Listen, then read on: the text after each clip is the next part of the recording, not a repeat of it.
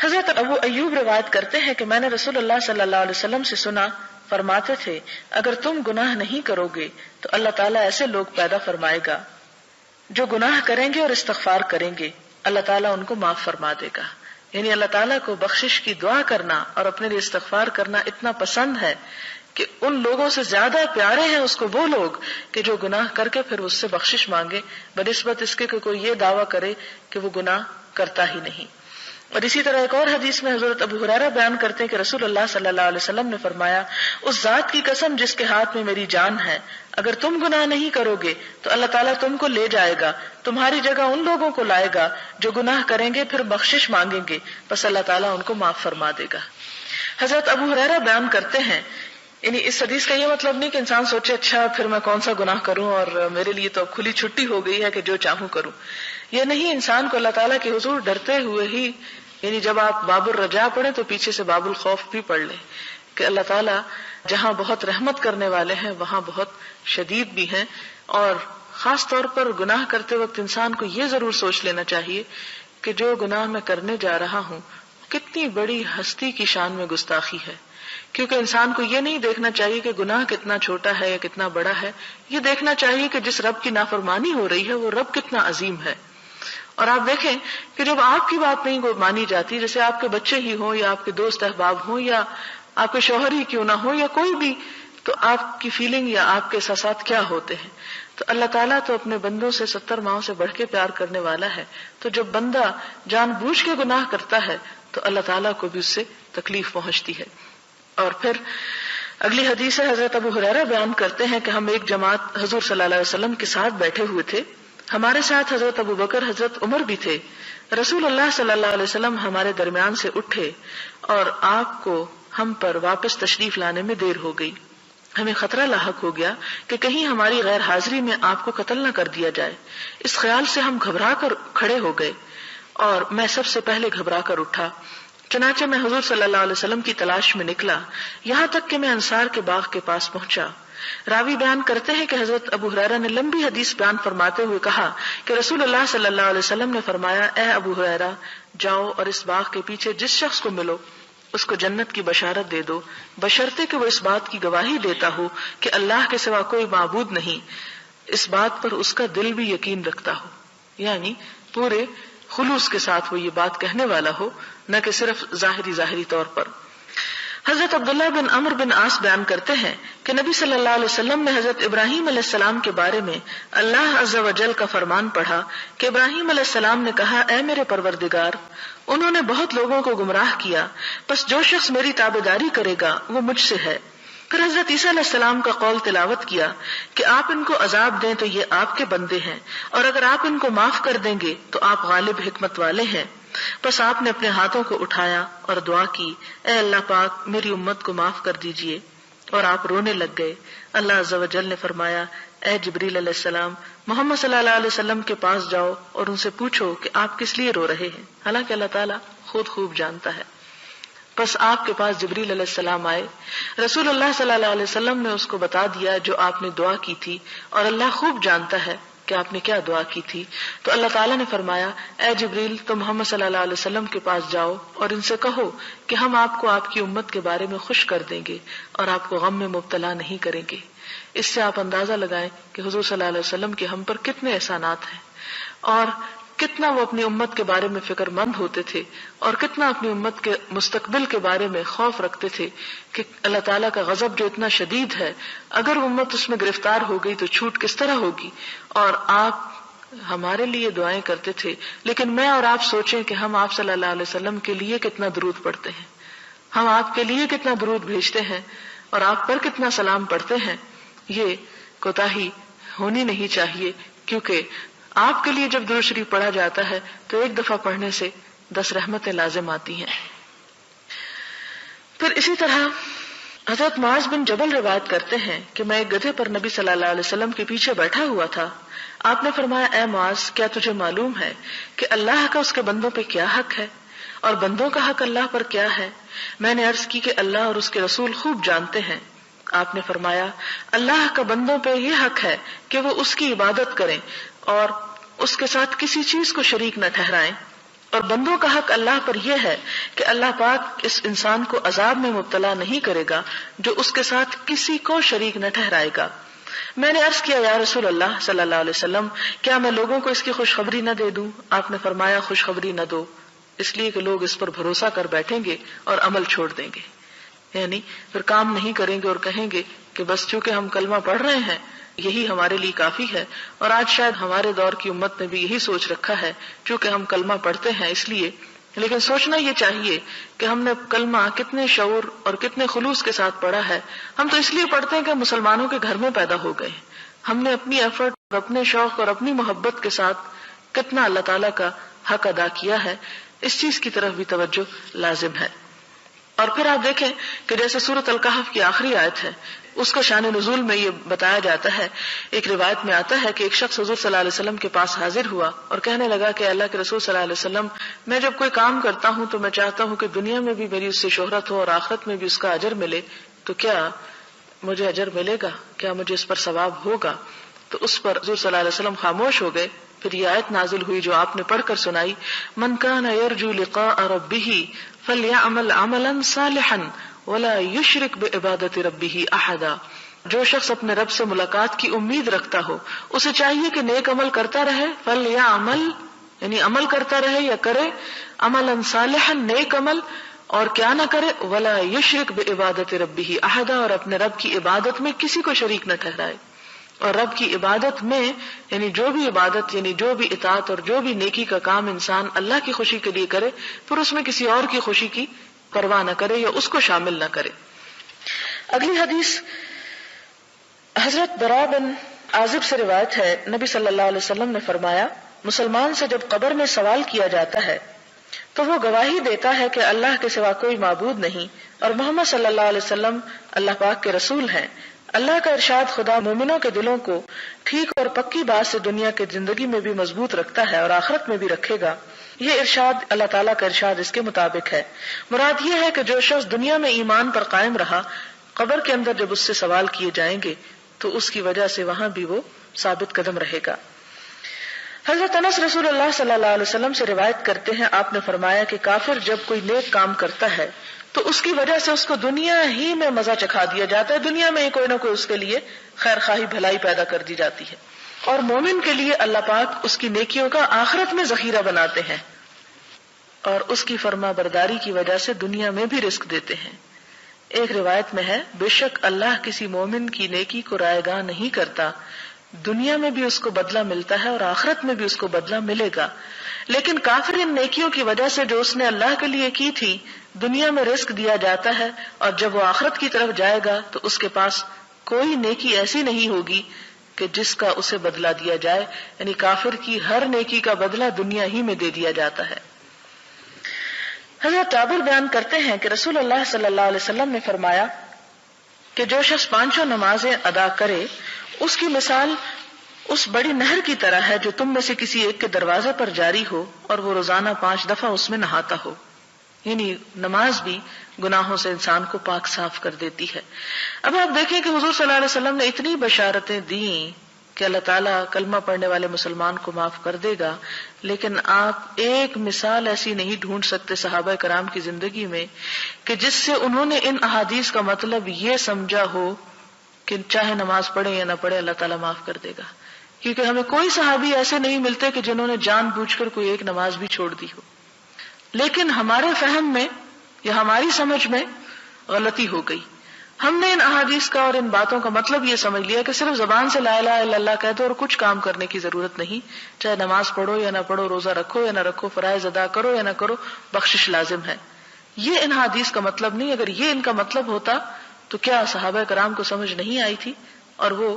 عمل نہ کرتے؟ وہ بھی صرف اس پہ توکل کر کے بیٹھ جاتے، چونکہ کلمہ پڑھ لیا اب اور تو کچھ کرنے کی ضرورت نہیں۔ یہی وجہ تھی کہ صحابہ کرام میں سے ایک سے بڑھ کر نیکیوں میں آگے بڑھنے کی کوشش میں تھا، کیونکہ انہیں اس بات کی اچھی طرح سمجھ آ چکی تھی کہ لا الہ الا اللہ کہنے کا مطلب یہ ہے کہ پھر اللہ کی اطاعت بھی کی جائے۔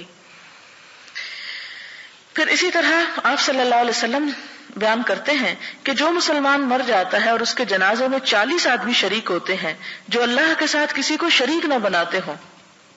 تو اللہ تعالیٰ اس میت کے بارے میں ان کی سفارش کو قبول فرمائے گا۔ اب یہ ہے کہ 40 بندے تو شریک ہو جائیں، لیکن یہ کیا معلوم کہ کس کا ایمان اور کس کا عقیدہ کس طرح کا ہے۔ آپ کو معلوم ہے کہ حضرت عثمان کو دفن کس طرح کیا گیا تھا؟ تاریخ میں پڑھا آپ نے کہ رات کے اندھیرے میں چھپ کر آپ کی بیوی نے آپ کو غسل دیا تھا اور چھپ کر آپ کو دفن کیا گیا تھا، آپ کا جنازہ برسر عام نہیں ہوا تھا۔ خیر ان لوگوں کو تو دنیا میں ہی جنت کی بشارت مل گئی تھی، میں تو صرف مثال یہ اس موقع پہ اس لیے دے رہی ہوں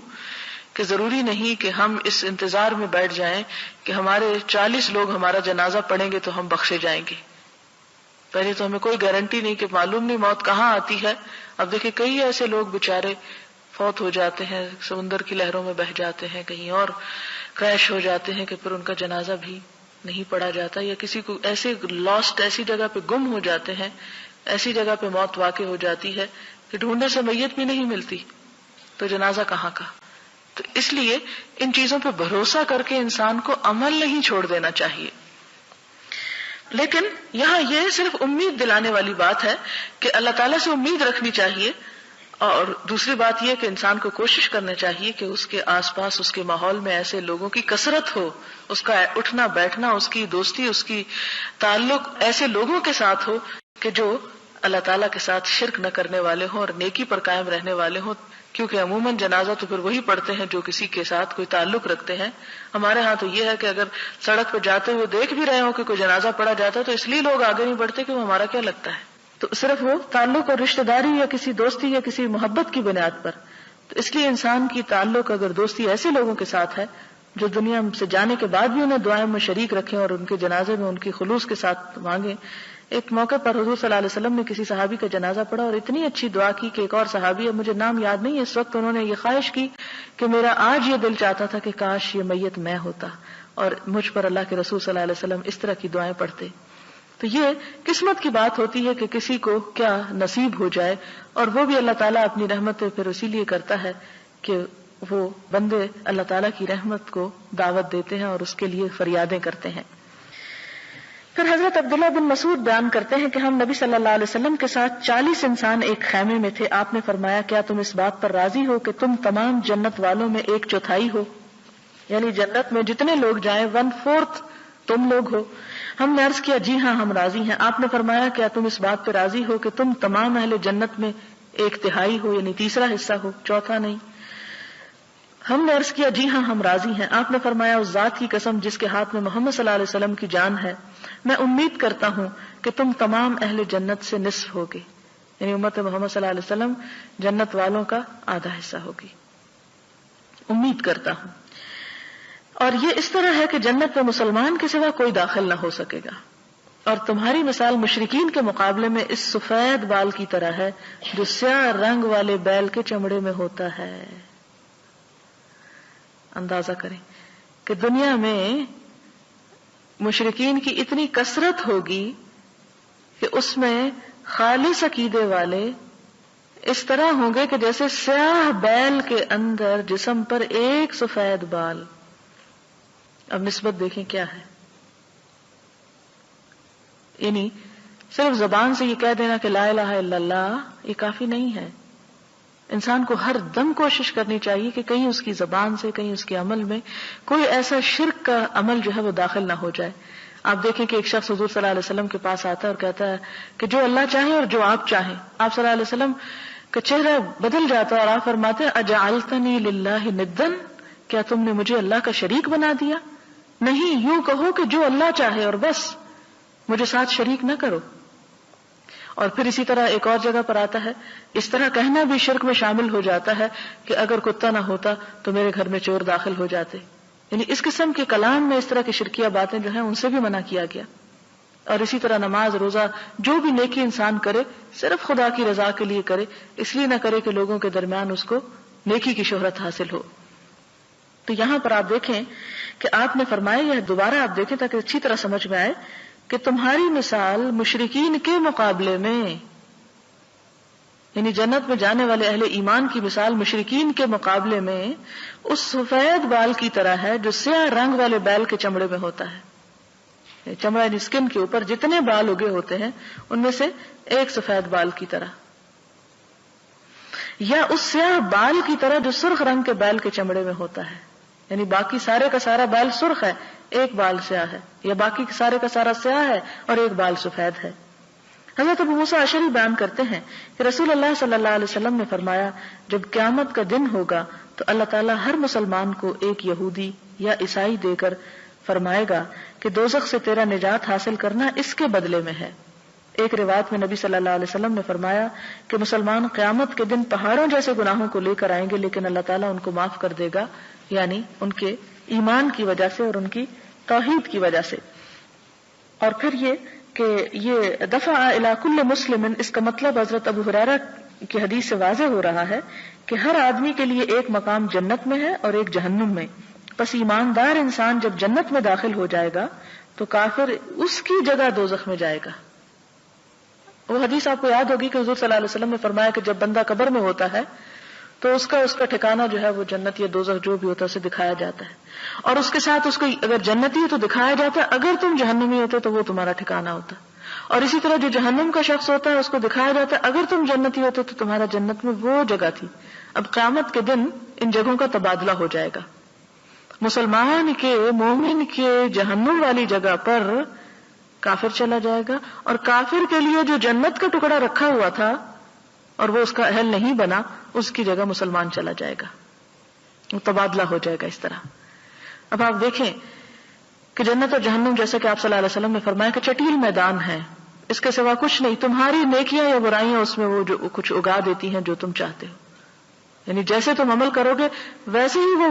اب دیکھیں کہ جیسے مثال کے طور پر اگر کسی شخص کے پاس کسی ایسی جگہ پر زمین کا ٹکڑا ہو جو بہت ہی زرخیز ہو لیکن وہ اس میں کچھ نہیں اگاتا، تو آپ دیکھیں گے کہ اگا ہوا تو اس میں پھر بھی بہت کچھ ہوتا ہے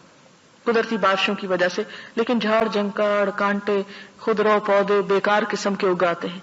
اور اسی کے مقابلے میں ایک دوسرا شخص اسی لینڈ کے اوپر جب محنت کرتا ہے کوشش کرتا ہے تو بہترین پھلدار درخت حاصل کرتا ہے جس سے اسے بہت فائدہ حاصل ہوتا ہے۔ تو بالکل اسی طرح اگر انسان کے لیے وہ جگہ ریزرو ہو بھی چکی ہے لیکن جب تک خود تعمیر نہیں کریں گے، خود اس پر پودے نہیں لگائیں گے، خود محنت نہیں کریں گے تو خود سے خود اس سے جو اگے گا وہ تو پھر کڑوے کانٹے ہی ہوں گے۔ اسی طرح اگلی حدیث ہے حضرت ابن عمر سے، حضور صلی اللہ علیہ وسلم نے فرمایا کہ مومن قیامت کے دن اپنے پروردگار سے قریب ہوگا یہاں تک کہ اللہ تعالیٰ اپنی رحمت کے پہلو کو اس پر رکھیں گے اور اس سے اس کے گناہوں کا اقرار کرائیں گے۔ بس اللہ تعالیٰ فرمائے گا کیا تم اپنے فلاں گناہ کو پہچانتے ہو؟ وہ کہے گا اے پروردگار میں پہچانتا ہوں۔ اللہ فرمائے گا تیرے ان گناہوں پر دنیا میں پردہ ڈالا میں نے اور آج بھی میں تیرے ان گناہوں کو معاف کرتا ہوں، بس اس کو اس کی نیکیوں کا اعمال نامہ دے دیا جائے گا۔ کتنا رحیم ہے رب کہ دنیا میں بھی انسان کیا کچھ خطائیں نہیں کرتا لیکن اللہ تعالیٰ انہیں لوگوں کی نگاہوں سے چھپائے رکھتا ہے۔ فرمایا کہ دیکھو دنیا میں بھی چھپایا تھا، آج بھی چھپاتا ہوں اور تجھے معاف کر دیتا ہوں۔ حضرت عبداللہ بن مسعود بیان کرتے ہیں کہ ایک آدمی نے ایک عورت کا بوسہ لے لیا، پھر وہ نبی صلی اللہ علیہ وسلم کے پاس گیا اور آپ کو بتایا اللہ تعالیٰ نے یہ آیتیں نازل فرما دی اور دن کے دونوں سروں یعنی صبح اور شام کے اوقات میں اور رات کی چند پہلی ساعات میں نماز پڑھا کرو، کچھ شک نہیں کہ نیکیاں گناہوں کو دور کر دیتی ہیں۔ یہ سن کر اس آدمی نے کہا یا رسول اللہ کیا صرف میرے لیے حکم ہے؟ آپ نے فرمایا میری تمام امت کے لیے، کہ اگر اتنا بڑا گناہ بھی ہو جائے کسی سے تو اللہ تعالیٰ اس کو معاف کر دیتے ہیں بشرطے کہ وہ اس گناہ پر اصرار نہ کرے اور اس لیے وہ گناہ نہ کرتا چلا جائے کہ معافی تو ہو ہی جائے گی، کوئی فرق نہیں۔ جان بوجھ کے گناہ کرنا اور ہے، مومن سے خطا ہو جاتی ہے، وہ کرتا نہیں، وہ ڈھیٹ بن کر اللہ تعالیٰ کو ناراض نہیں کرتا۔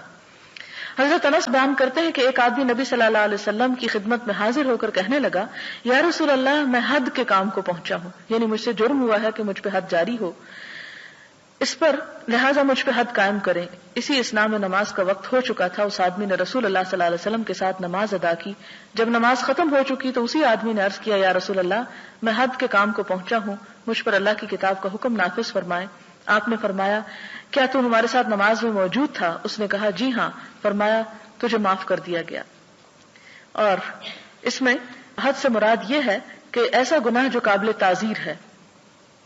ورنہ یہاں حد سے مراد حقیقی حد نہیں ہے جیسے کہ زنا کی حد یا شراب پینے کی حد، اس لیے کہ یہ حدود نماز پڑھنے سے ساقط نہیں ہوتی اور نہ ہی کسی حاکم کے لیے جائز ہے کہ ایسے مجرم کو معاف کر دے۔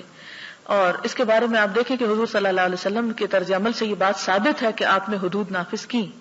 یہاں مراد یہ کہ ایسا کوئی گناہ کہ جس پر سزا مل سکتی تھی اور آپ کو معلوم ہوگا کہ حد اور تعزیر میں فرق کیا ہے. مثلا آپ دیکھیں کہ شراب پینے پر تو 80 کوڑوں کی حد مقرر ہے، لیکن اگر کوئی شخص کسی اور چیز کا جیسے ہیروئن وغیرہ کا نشہ کر لیتا ہے اور اس میں وہ نشے میں مست ہو جاتا ہے تو اس صورت میں اس پر حد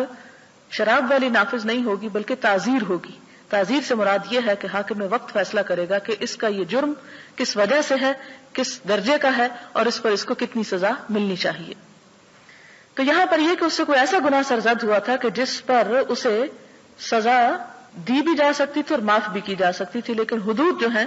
ان کا نافذ کرنا جو ہے، جیسے سورۃ نور میں آپ پڑھ سکتے ہیں کہ اللہ تعالیٰ فرماتے ہیں کہ سورۃ انزلناہا وفرضناہا، یہ ایک ایسی سورت ہے جسے ہم نے نازل کیا اور ہم نے اسے فرض کیا. اور اس کی تفسیر میں اگر آپ پڑھیں تو آپ نے دیکھیں کہ حضور صلی اللہ علیہ وسلم نے فرمایا کہ ایک ایسا حاکم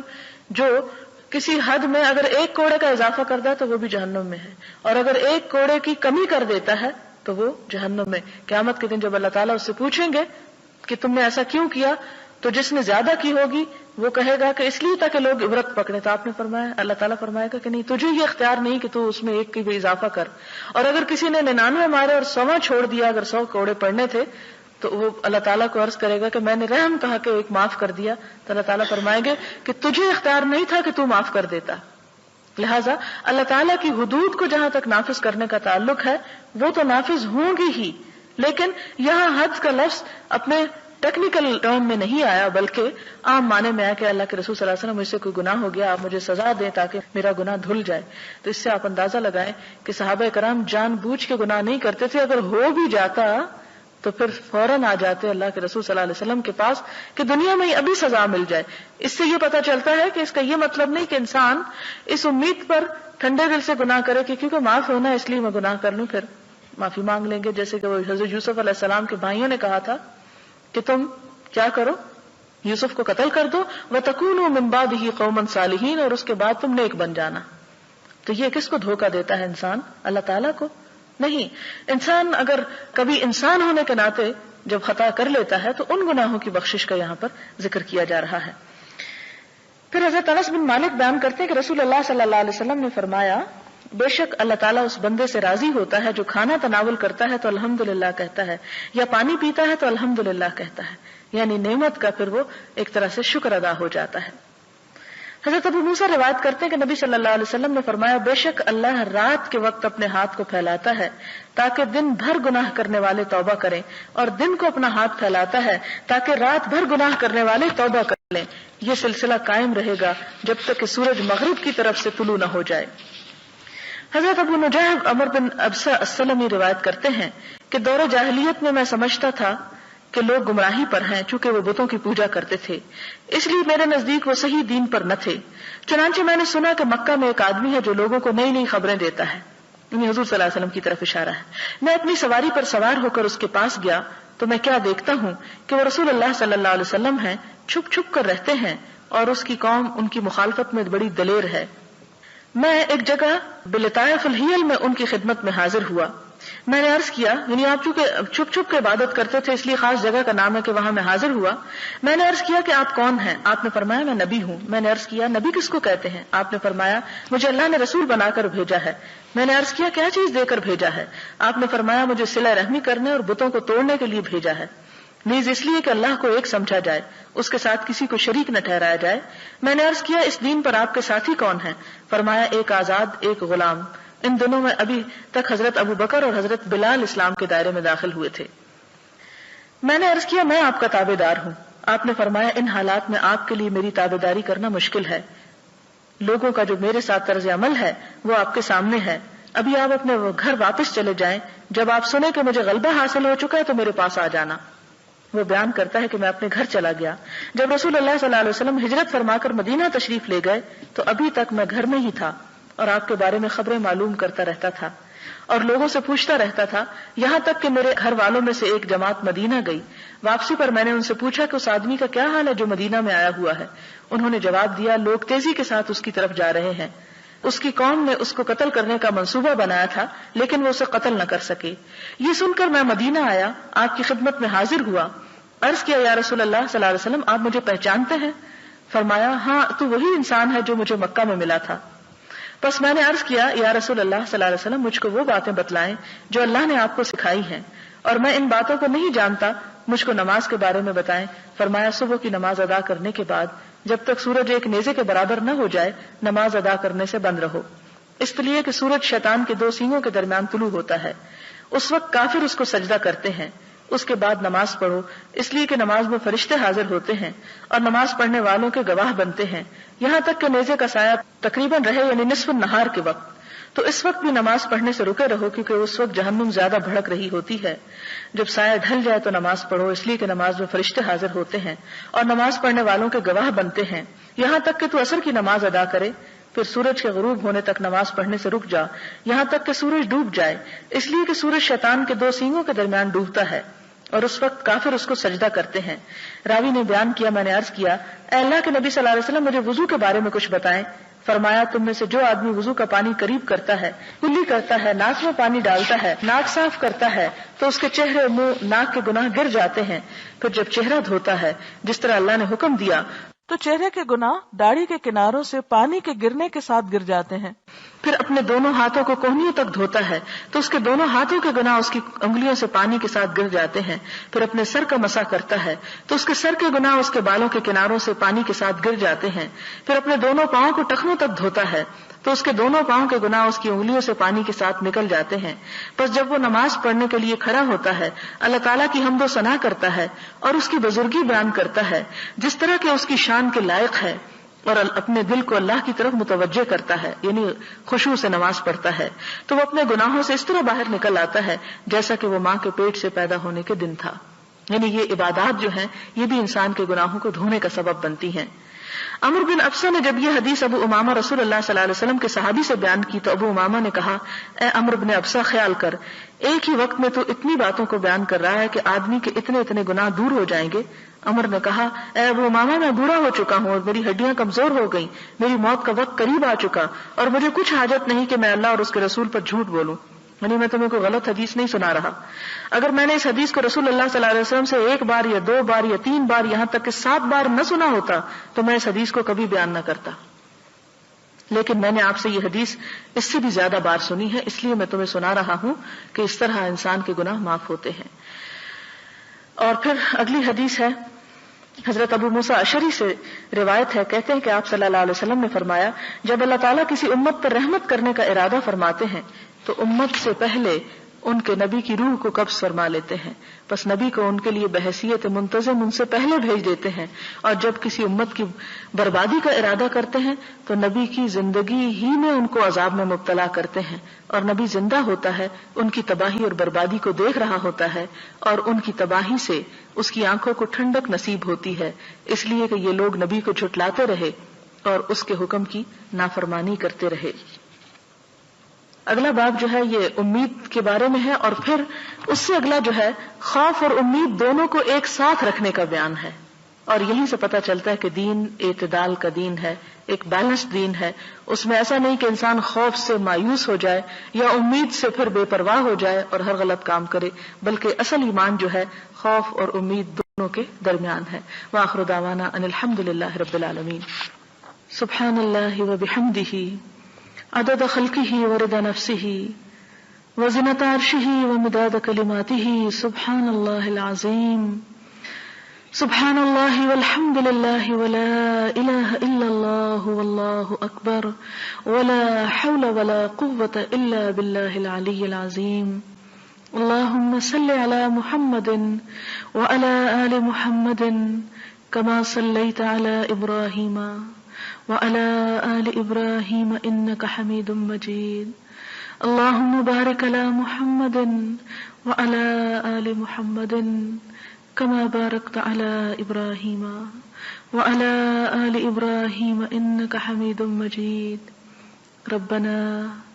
ربنا ظلمنا أنفسنا وإن لم تغفر لنا وترحمنا لنكونن من الخاسرين۔ ربنا آتنا في الدنيا حسنة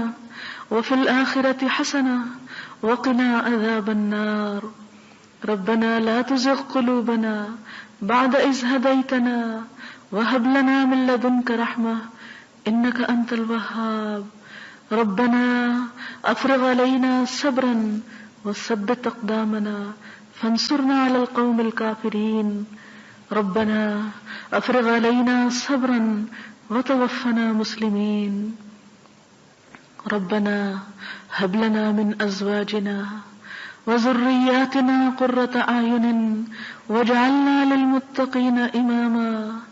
یا حی یا قیوم برحمتک نستغیث اللهم انفعنا بما علمتنا وعلمنا ما ينفعنا وزدنا علما اللهم انا نعوذ بك من الهم والحزن والعجز والكسل والجبن والبخل وغلبة الدين وقهر الرجال اللهم احسن عاقبتنا في الامور كلها واجرنا من خزي الدنيا وعذاب الاخرة اللهم انا نعوذ بك من جهد البلاء ودرك الشقاء وسوء القضاء وشماتة الاعداء اللهم لا مانع لما اعطيت ولا معطي لما منعت ولا ينفع ذا الجد منك الجد اللهم انا نعوذ بك من زوال نعمتك وتحول عافيتك وفجاءة نقمتك ومن جميع سخطك لا اله الا الله انت الحليم الكريم سبحان الله رب العرش العظيم والحمد لله رب العالمين رب نسألك موجبات رحمتك وعزائم مغفرتك والغنيمة من كل بر والسلامة من كل اسم لا تدع لنا ذنبا إلا غفرته ولا هما إلا فرجته ولا حاجة هي لك رضا إلا قضيتها يا أرحم الراحمين يا حي يا قيوم برحمتك نستغيث یا اللہ تو ہم سب پر اپنی رحمت نازل فرما، یا اللہ تو ہماری تمام مشکلات کو آسان کر دے، یا رب العالمین تو ہماری دنیا اور آخرت میں اپنی رحمت سے ڈھانپ لے، یا رب العالمین تو ہمارے تمام معاملات میں ہم کو کافی ہو جا، یا رب العالمین تو دنیا اور آخرت میں اپنی رحمت سے نواز، ہمیں بخش دے، ہمارے گناہوں کو بخش دے، ہماری کوتاہیوں کو بخش دے، یا اللہ تو ہماری کمزوریوں سے درگزر فرما، یا رب العالمین ہم سب تجھ سے تیری رحمت کی فریاد کرتے ہیں، یا اللہ تو اس دنیا میں بھی بھلائی عطا فرما اور آخرت میں بھی، یا رب العالمین تیری رحمت تیرے غضب پر وسیع ہے، یا اللہ تو ہمیں اپنی رحمت کا مستحق بنا، یا رب العالمین ہمیں وہ کام کرنے کی توفیق دے جس سے تو ہم سے راضی ہو جائے، ہر اس کام سے ہمیں بچا جس سے تیرا غضب بھڑکتا ہو، یا رب العالمین تو ہماری اولاد کو ہماری آنکھوں کی ٹھنڈک بنا، انہیں دین و دنیا میں بہترین کامیابی عطا فرما، یا رب العالمین انہیں ہدایت عطا فرما، یا اللہ تو ہمیں دین پر استقامت عطا فرما، یا رب العالمین تو ہماری تمام دکھوں، پریشانیوں، غموں، بیماریوں، جسمانی اور روحانی بیماریوں سے ہم کو نجات عطا فرما، یا رب العالمین تو ہم سے ایسا کام لے لے کہ جس کے کرنے سے تو ہم سے راضی ہو جائے، اللہ تو ہم سے ہر وہ کام چھڑا دے کہ جس کا کرنا تیرے لیے ناراضگی کا سبب بنتا ہو، یا رب العالمین تو ہم سے راضی ہو جا، اللہ تو ہم سے راضی ہو جا، یا اللہ تو ہم سے راضی ہو جا۔ ربنا تقبل منا انك انت السميع الدعاء وتب علينا انك انت التواب الرحيم، وصلى الله تعالى على خير خلقه محمد وعلى آله واصحابه واهل بيته اجمعين برحمتك يا ارحم الراحمين الہی آمین۔ سبحانک اللہم وبحمدک نشہد ان لا الہ الا انت نستغفرک ونتوب الیک۔ والسلام علیکم ورحمۃ اللہ وبرکاتہ۔